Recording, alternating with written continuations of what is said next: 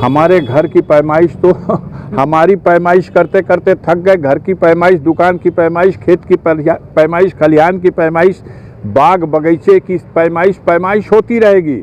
जनता इनकी पैमाइश करेगी, इनकी सरकार की पैमाइश करेगी। 2024 में सफाया निश्चित है। कोई भी सभ्य समाज, कोई भी सभ्य व्यक्ति अगर विचारधारा से वो उनके जमात का भी हो तो वो इस तरह की घटिया हरकतों को कभी मान्यता नहीं दे रहा है कि परिवार की महिलाओं को। मेरी माँ तो मर चुकी है 2018 में 29 दिसंबर को, उनकी जांच हो रही है जो न किसी कानून में है न संविधान में है। यह तो हमारी नीचता की पराकाष्ठा है कि हम किस सीमा तक गिर गए, और जनता इसका फैसला करेगी। अंतोगत्वा जनता ही जनार्दन भी है और वो सब देख रही है। कोई समझता है कि जनता बेवकूफ़ है। अच्छी सी खबर आपने बना दिया।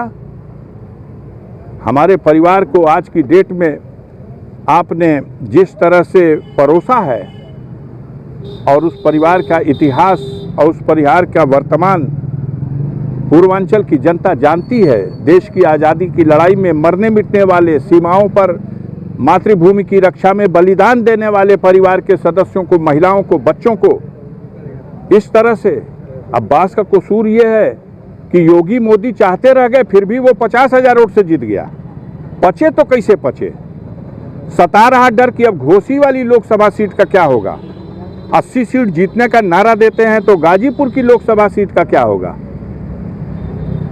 543 लोकसभा क्षेत्र में गाजीपुर पहला वो लोकसभा क्षेत्र है जहां पहला ऐसा कार्यक्रम हुआ जिसमें प्रदेश के मुख्यमंत्री योगी आदित्यनाथ जी और भारतीय जनता पार्टी के राष्ट्रीय अध्यक्ष दोबारा निर्वाचित होने के बाद ये दोनों पहला कार्यक्रम करने गाजीपुर आए।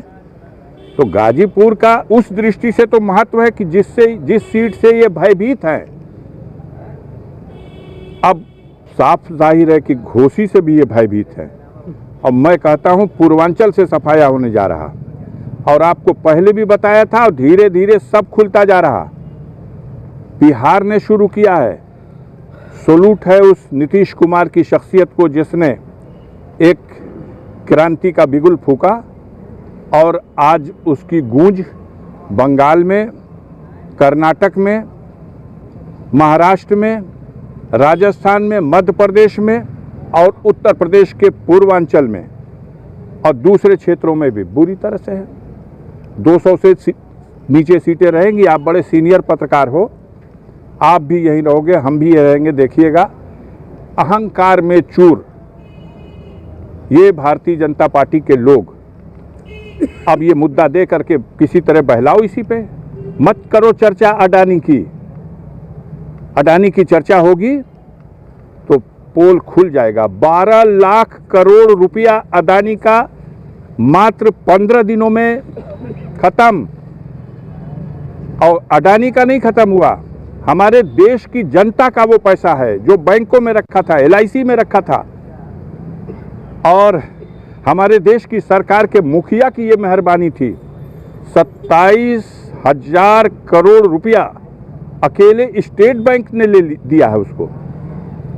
विजय माल्या तो 9,000 करोड़ वाला था, भागा भागा भागा आज तक चोर हो रहा। ललित मोदी, मेहुल चौकसी, ये सब तो 7,000 से 11,000 तक वाले थे। ये 27,000 करोड़। और LIC, इस सवाल पे क्यों नहीं बात होती? इस सवाल पर, इस मुद्दे पर क्यों नहीं चर्चा होती कि क्या ऐसा संकट आ गया कि आज सारे देश के और सारी दुनिया के उद्यमियों के सामने हम कटोरा लेके खड़े हैं। आओ भैया, हम कंगाल हैं, अपना पूंजी लेके आओ, हमारे देश में आप अपनी पूंजी लगाओ। सर, एक छोटा सा सवाल। अब स्वदेशी का क्या होगा? एक छोटा सा सवाल। कैसे ये उद्यमी यहाँ पूंजी लगाएंगे? हम जमीन भी देंगे, हम अपने बैंकों में जो गरीबों का पैसा जमा है उस पैसे से लोन भी देंगे और सारी सुविधा भी देंगे, अंदर से कमीशन भी तय कर लेंगे। देश की जनता को क्या भला होगा? क्या रोजी रोजगार मिलेगा? क्या गरीबों को उसमें रिजर्वेशन के अनुसार नौकरी मिलेगी? कहीं कुछ नहीं। अगर ना पूछ लीजिए, अभी तो आ रहे हैं और सारे देवी देवता को चढ़ा रहे हैं, मन्नतें मान रहे हैं। देवी देवता हैं कि रुख टेढ़ा कर लिए और 7 की 7 सीटों पर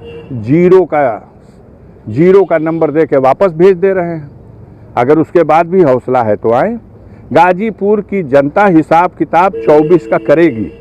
घोसी से कौन आएगा सर? परिवार से कोई आ सकता है? नहीं, ये हमारे से पूछने का ये प्रश्न ही नहीं है। घोसी से ऑलरेडी एक सांसद है, वो सांसद पच गया क्या इन लोगों को? हमने ये नहीं कहा कि घोसी से हमारे परिवार का सांसद है, हमने कहा कि पच नहीं रहा कि ये सीटें कैसे जीतेंगे।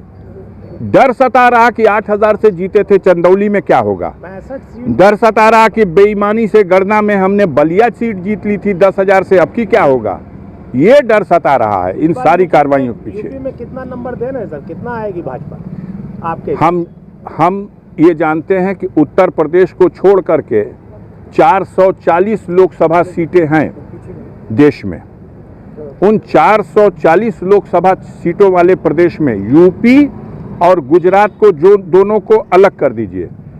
26 सीट थी गुजरात में, 26 इनको मिल गई थी।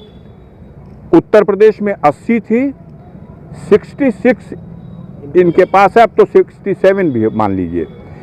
तो अब जितना बढ़ सकते हैं बढ़ जाए, हम 80 का 80 मान लेते हैं इनके खाते में।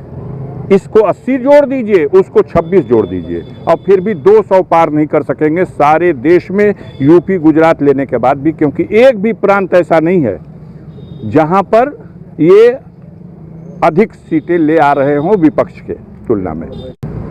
देखिए, ये घबरा करके, डर के, हतोत्साहित करने की नीयत से हमारे खिलाफ ये कार्रवाई चल रही है।